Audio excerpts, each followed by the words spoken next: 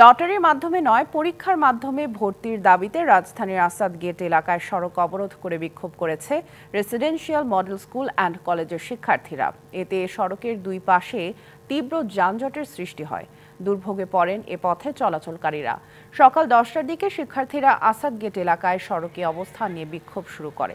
তাদের অভিযোগ, করোনা মহামারী পরিস্থিতিতে লটারি পদ্ধতি চালু করা হয়, সেই পরিস্থিতি এখন না থাকলেও লটারির মাধ্যমে ভর্তি প্রক্রিয়া এখনও চলমান।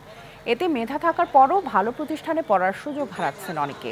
দাবি আদায় না হলে আরও বড় পরিসরে আন্দোলনের হুঁশিয়ারি দিয়ে বেলা 12টার দিকে সড়ক ছাড়েন শিক্ষার্থীরা। এই আন্দোলনটা ছিল কিন্তু মেধাভিত্তিক, যাতে মেধার জয় হয় বা এমন কিছু। আর আমাদের এখন দাবি হচ্ছে মেধার মাধ্যমে যাতে ছাত্র ভর্তি করা হয়। লটারির মাধ্যমে তো একদম যোগ্য যে স্টুডেন্ট সবাই তো আর ঢুকতে পারে না, অযোগ্য স্টুডেন্টরাও ঢুকতে পারে। লটারি হচ্ছে সম্পূর্ণ একটা ভাগ্যের উপর। আজকের মতো এখন পর্যন্ত কোনো সিদ্ধান্ত আমাদের কাছে আসে নাই। যখন আসবে সিদ্ধান্ত তখন আমরা জানাই দিব। নগদের সর্বোচ্চ বার 167 টাকা রিচার্জে পাবেন 1 লাখ টাকা পুরস্কার। আরও আছে প্রতি সপ্তাহে পুরস্কার ও ক্যাশব্যাক।